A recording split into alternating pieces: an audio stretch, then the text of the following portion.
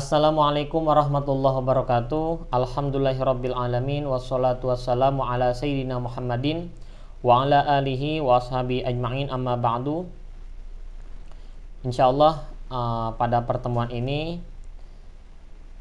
saya akan membahas tentang satu hal penting bagi MC, pembawa acara yang diminta untuk menjadi penanggung jawab daripada sebuah acara majelis taklim atau acara tahlil atau acara walimah-walimah yang lainnya.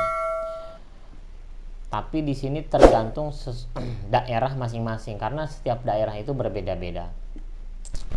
Boleh menjadi perhatian untuk MC atau pembawa acara, boleh juga hal ini menjadi perhatian bagi sohibul bait atau tuan rumah apabila walimah atau pengajian tersebut itu ditariknya ke rumah. Tapi kalau seandainya diadakan di langgar masjid atau musola, maka biasanya yang mengatur adalah MC-nya. Akan tetapi kalau seandainya dilaksanakannya di rumah, itu biasanya tuan rumah sudah menyerahkan kepada MC-nya apabila tuan rumahnya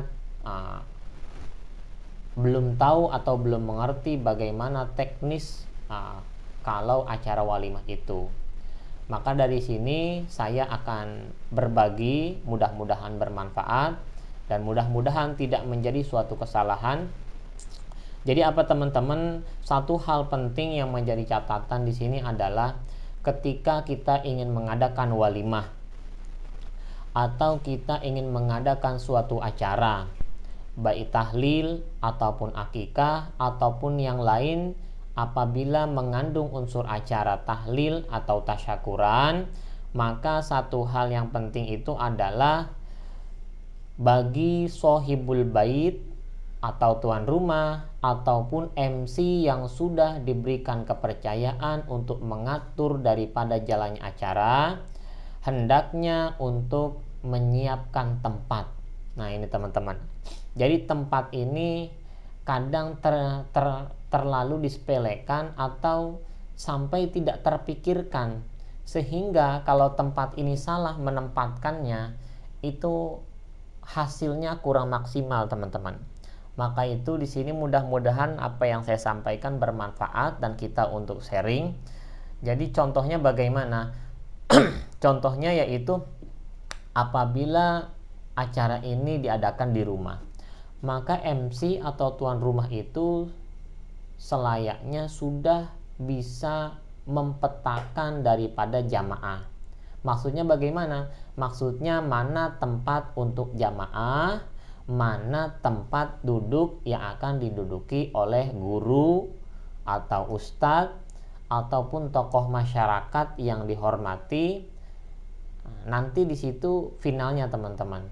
Jadi terkadang hal-hal yang seperti itu kita tidak terpikirkan, sehingga ketika tempatnya sudah habis, para guru datang, para ustadz datang, para tokoh datang, bingung mau menggeser, tidak enak gitu. Mau duduk di belakang, tak khawatir kita tuan rumah tidak menghormati orang yang mempunyai jabatan atau tidak menghormati orang yang berilmu. Jadi itu teman-teman, sebenarnya ini banyak hal sekali yang dilupakan, tidak menjadi perhatian penting. Tapi di sini saya mencoba untuk berbagi supaya teman-teman agar memperhatikan hal tersebut. Jadi tempat teman-teman. Jadi sebelum acara itu, kira-kira siapa yang akan datang di dalam acara itu. Contoh misalkan ustadz. Misalkan ustadznya berapa? Ustadznya 2. Maka siapkan 2 plus misalkan ada tokoh masyarakat yang biasa dihormati atau disegani di daerah tersebut. Maka sisakan 3 tempat, 3 space untuk ketiga orang ini.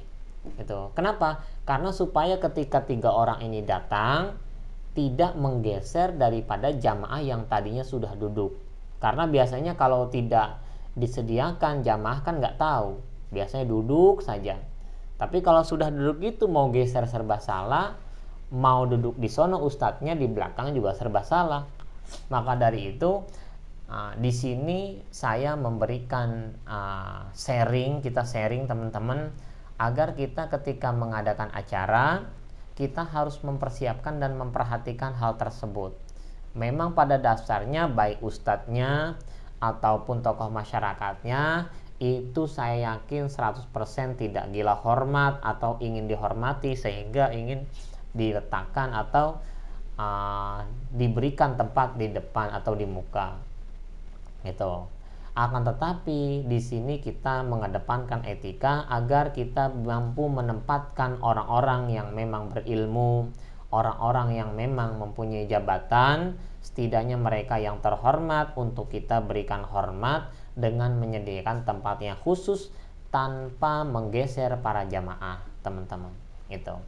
Mau di rumah silahkan, modelnya seperti apa, mau di masjid, musola juga silahkan. Biasanya kalau musola, kalau pengajian kita kasih space juga, jangan sampai nanti menggeser jamaah, karena nggak enak juga, khawatir nanti salah paham atau khawatir apa yang terjadi setelahnya. Jadi selayaknya diberikan space tempat.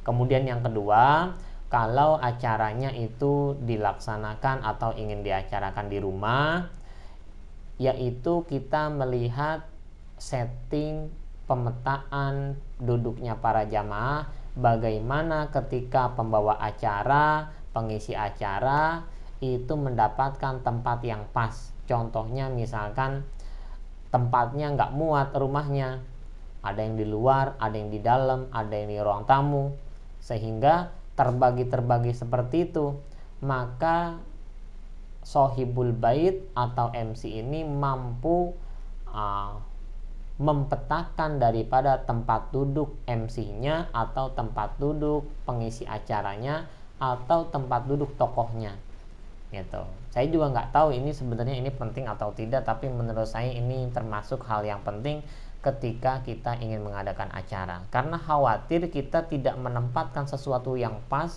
nanti hasilnya kurang baik gitu. Jangan sampai nanti tokoh-tokohnya di dalam, kemudian jamaahnya di luar, sehingga ketika pembacaan Yasin tahlil itu ada yang kurang dengar dan yang lain sebagainya. Tapi kalau kita menempatkan pemetaan tempatnya sudah pas, insya Allah ke depan bisa, ke belakang bisa. Kalau seandainya tidak muat semuanya kebagian. Tapi kalau kita pemetaan tempat duduknya kurang pas, jadi nanti acaranya dipastikan kurang maksimal. Kenapa? Karena pengisi acara ini dan MC ini adalah menjadi sentral para jamaah, untuk sentralnya ke situ. Itu teman-teman. Jadi 2 poin yang saya sampaikan mudah-mudahan bermanfaat. Yang pertama, persiapan untuk menempatkan para asatid atau para guru atau para tokoh. Yang kedua, setting tempat agar di mana pengisi acara itu menjadi sentral, dia mendapatkan tempat yang pas di antara para jamaah, teman-teman. Mungkin hanya itu teman-teman, mudah-mudahan bermanfaat dan ini bisa menjadi bahan perhatian kita agar kita ketika mengadakan suatu event bisa menjalankan event tersebut atau acara tersebut dengan baik, walaupun event-eventnya bersifat non formal seperti pengajian. Itu intinya kita sharing teman-teman, mudah-mudahan bermanfaat. Dan dari saya apabila ada kesalahan mohon maaf. Wabillahi taufiq wal hidayah. Assalamualaikum warahmatullahi wabarakatuh.